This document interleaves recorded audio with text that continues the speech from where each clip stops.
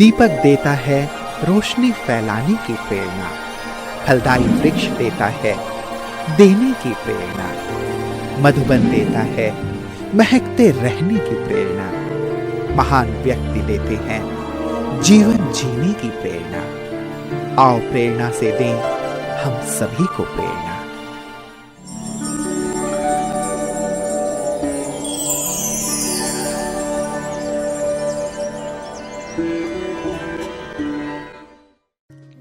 छत्रपति संभाजीनगर भारत के महाराष्ट्र राज्य में स्थित एक ऐतिहासिक महानगर है।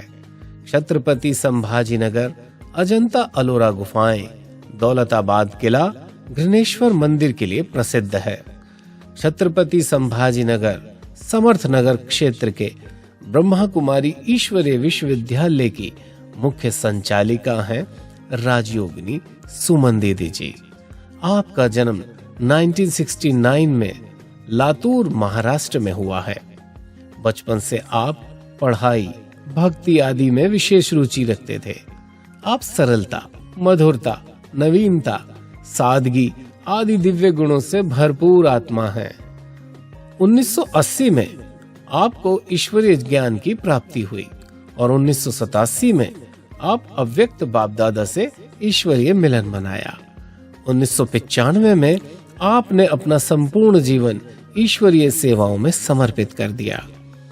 तब से आपने छत्रपति संभाजीनगर के विभिन्न स्थानों पर सेवाएं देते हुए 1995 से समर्थनगर में शीला दीदी जी के साथ अपनी सेवाएं देना प्रारंभ कर दिया। जन जन को ईश्वरीय संदेश देते हुए आपने अनेक सफलतम कार्यक्रमों का आयोजन किया। दीदी जी के नेतृत्व में 200 से अधिक विद्यार्थी ज्ञान योग से अपने जीवन को भरपूर कर रहे हैं।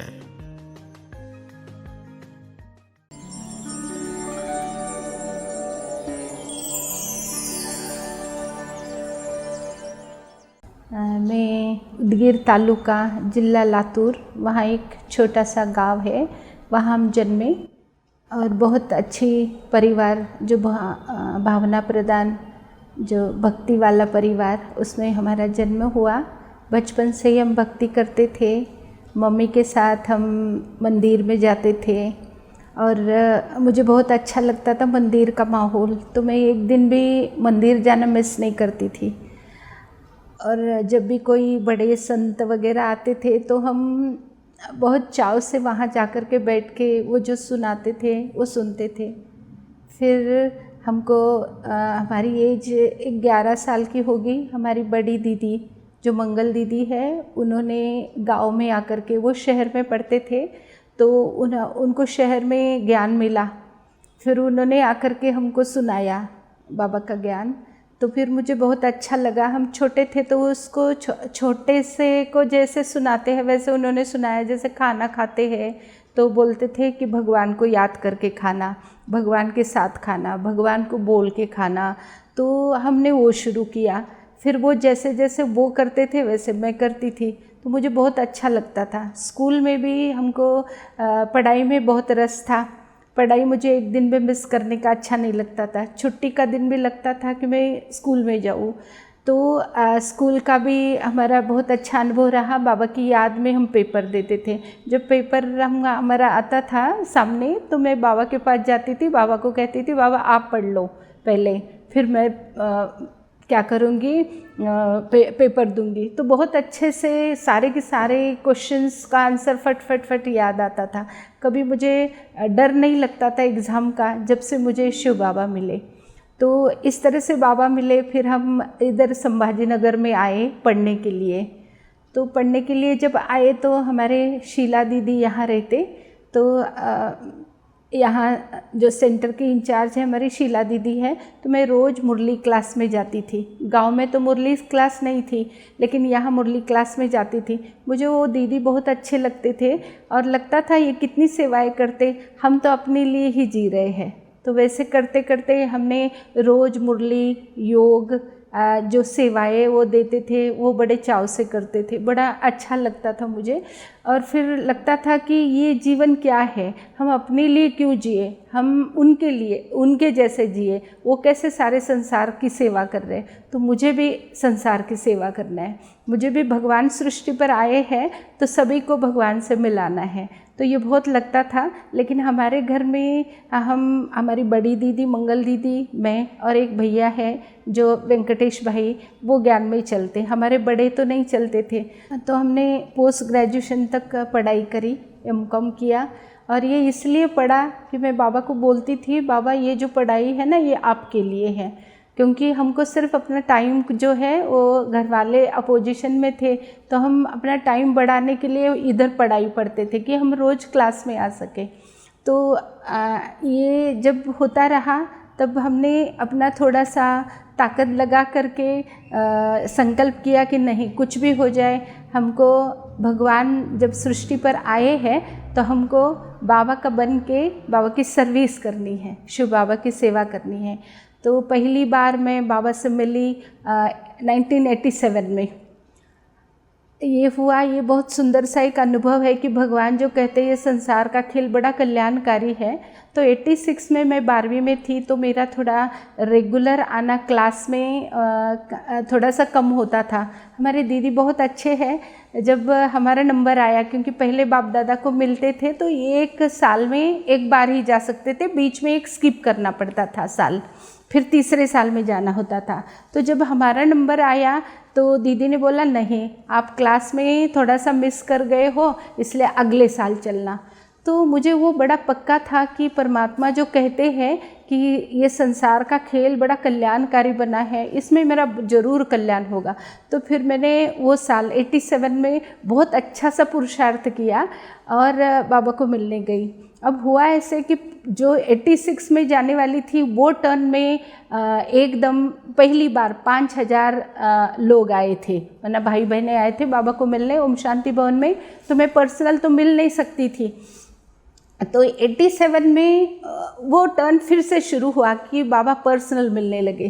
तो पर्सनल में भगवान से मिली, तो मुझे इतनी खुशी हुई। मैं पिछले साल आती थी तो मैं ग्रुप में मिल के चली जाती थी, और मुझे बाबा पर्सनल में हाथ दे के, टोली दे के एक बहुत बड़ा वरदान भगवान ने मुझे दिया कि तुम सर्व खजानों से भरपूर आत्मा हो।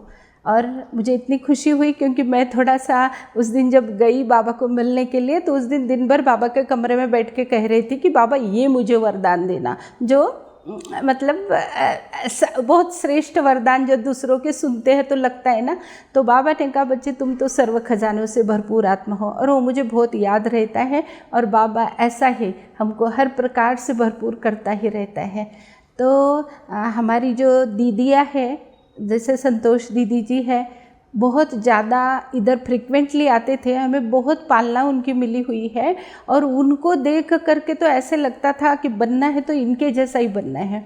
और हमारे शीला दीदी जो रेगुलर की हमारी दीदी है, उनको देख के लगा कि इनकी जो भी धारणाएं हैं वो हमको जीवन में ज़रूर धारण करनी है। बड़े वो प्रेम से हमको हर कार्य में सहयोगी बनाते थे, बड़ा विश्वास रखते हुए। जबकि हम कन्याएं थे तो भी हमारे ऊपर उनका बहुत विश्वास था कि जैसे कि स्थूल सेवाएं तो कोई बड़ी बात नहीं है, लेकिन जैसे कि कोर्स कराना, क्लास कराना, बड़ा विश्वास रख के, जबकि हम घर में रहते थे तो भी बहुत दीदी हमको बहुत हमारी विशेषताएं देखते हुए, नहीं भी हो विशेषता तो भी हमको बहुत ताकत दे करके वो कहते थे नहीं तुम कर सकते हो। और हमारे दीदी जो बड़े दीदी है आदरणीय संतोष दीदी जी, उन्होंने हमें भाषण करना सिखाया। जब भी कोई रैली होती थी तो बोलते थे सुमन तुम जाएगी, तुम भाषण करेगी। तो मैं बोलती थी दीदी आप जब कह रहे हो तो मुझे ज़रूर आएगा। और इस तरह से हम बाबा का कुछ ज्ञान भाषण के तौर पे देना सीख गए। नहीं तो हम तो गांव के थे, हमको ये सारा नहीं आ सकता था। इन महान विभूतियों ने हमारे को बहुत आगे बढ़ाने के लिए उनके आशीर्वाद, उनकी दुआएं ये हमारे साथ रही है। और आज भी हमारे पर उनका बहुत ध्यान रहता है कि हर टाइम हमको वो ज़रूर याद करते हैं। हमारी तबीयत हो, हमारा जो भी कुछ है, हमारे वो साथ सदा रहते हैं।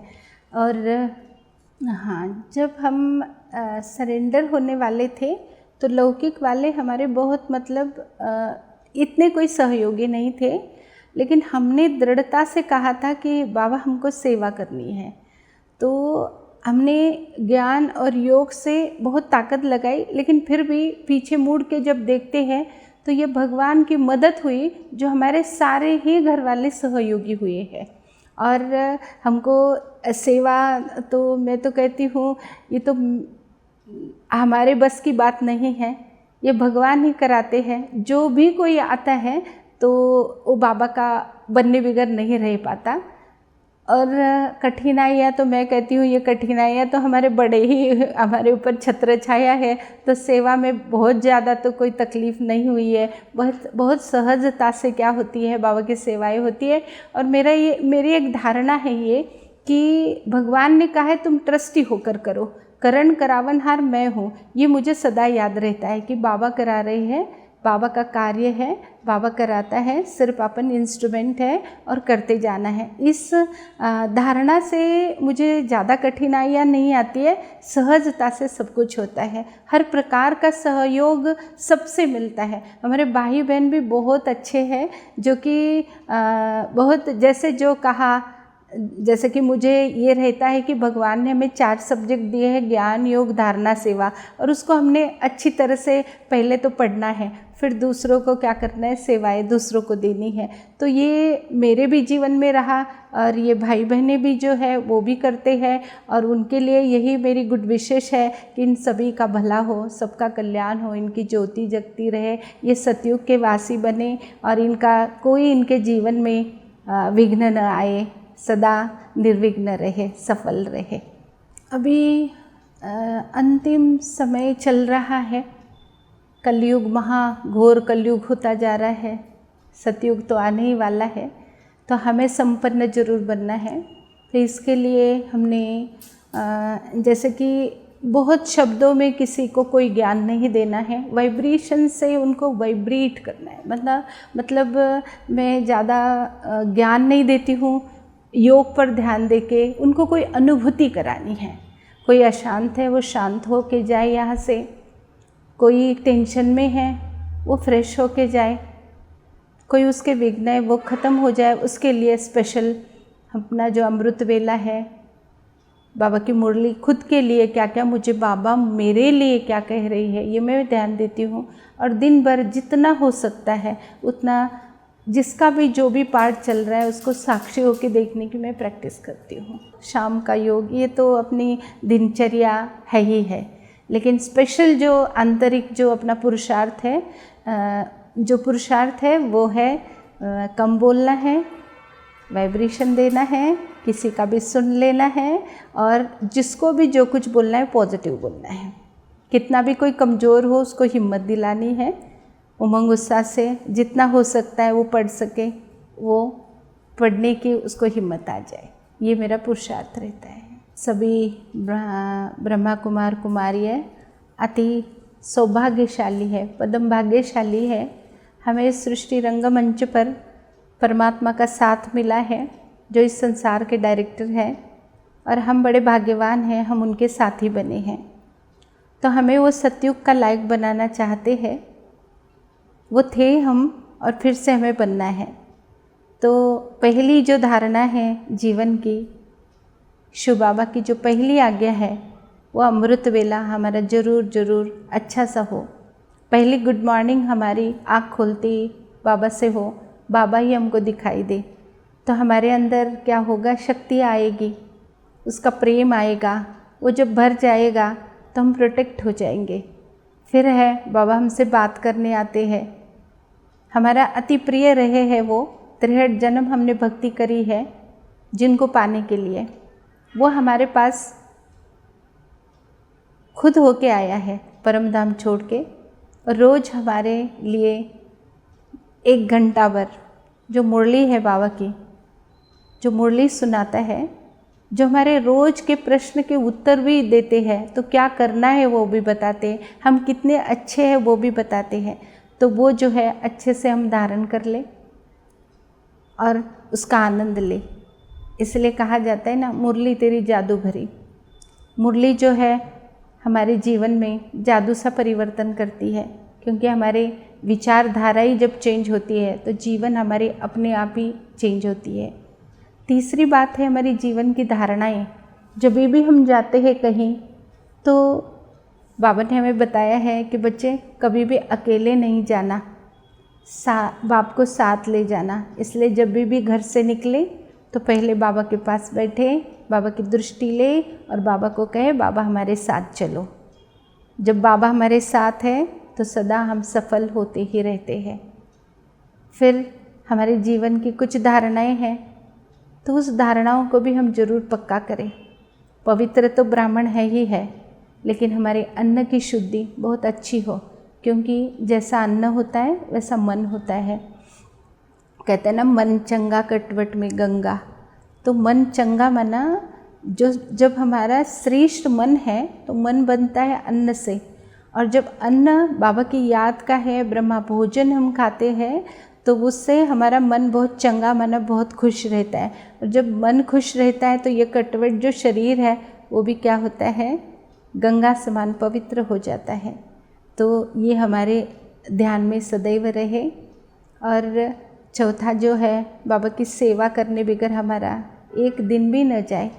भले हम नैनों से देखते हैं तो सभी को हम आत्मदृष्टि से देखें, ये सारे भगवान के बच्चे हैं, उसको बहुत प्यारे हैं, सबका पार्ट उसको प्यारा है। तो वो हम क्या कर ले, ऐसा करके उनको देखें जो हमारे मन में भी उनके लिए अच्छी शुभ भावना, शुभ कामना रहे, और फिर उनको भी हमारे द्वारा शांति, प्रेम, आनंद मिलता रहे। ये मैं कहूँगी। और फिर जब रात को हम सोते हैं तो बाबा कहते हैं ना, बच्चे दिन भर जो भी कुछ अच्छा हुआ हो या कुछ थोड़ा खाली नीचे ऊपर भी हुआ तो भी बाबा को बता के ज़रूर सोना, क्योंकि जब बाबा को बता देते हैं तो हम खाली हो जाते हैं। और जैसे बच्चा सो जाता है ना अपने माँ बाप के गोदी में, वैसे हम भी हल्के होके सो सकते। तो सुबह हमारी अमृत वेला बहुत अच्छी होती है, और फिर ऐसे करते करते हमारी जीवन और आगे बढ़ने लगती है। हम जो एम एंड ऑब्जेक्ट है हमारे जीवन का, मनुष्य से देवता बनना, वो फिर हम उस लक्ष्य को प्राप्त कर सकते हैं। और ब्रह्मा बाप समान बन के हम फरिश्ता बन के बाबा के साथ सेवा कर सकते हैं।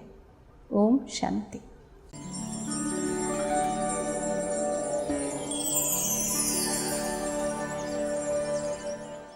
बहन जी की विशेषता है, कोर्स बहुत बढ़िया लेती है, ज्ञान और योग में बहुत परफेक्ट है।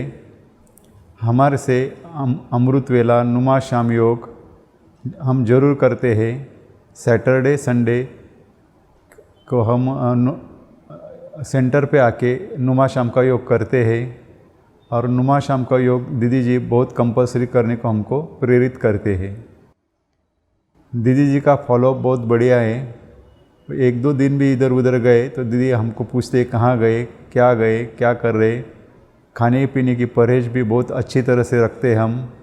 हमने यहाँ पर आके 3 साल में विशेषता देखी कि यह उन्होंने सेंटर को पांडव भवन बना के रखा है, क्योंकि यहाँ पर बहुत साइलेंस है और यहाँ पर कोई भी व्यक्ति व्यर्थ बोलने वाला नहीं आता है, उनके पास चेंज हो जाता है आया तो भी।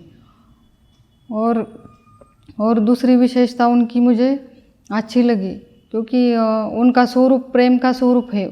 और हमने कभी प्रकाश मणि दादी को नहीं देखा, लेकिन हमने उनके द्वारा उनका अनुभव किया है। और दीदी का बहुत निस्वार्थ भाव रहता है, जो भी आत्मा है उनके प्रति। दीदी जी की यह विशेषता है कि दीदी जी लव और लॉ का बैलेंस बहुत अच्छे से रखते हैं। और हमने दीदी से यह सीखा है कि एक्यूरेट कैसे रहना है और हर चीज़ को कैसे रखना है। और बाबा का जो प्यार है वो हमें दीदी जी के द्वारा मिलता है। बाबा से हमारे सारे रिश्ते हैं, लेकिन बाबा का जो प्यार पालना है वो हमें दीदी जी के द्वारा मिलता है।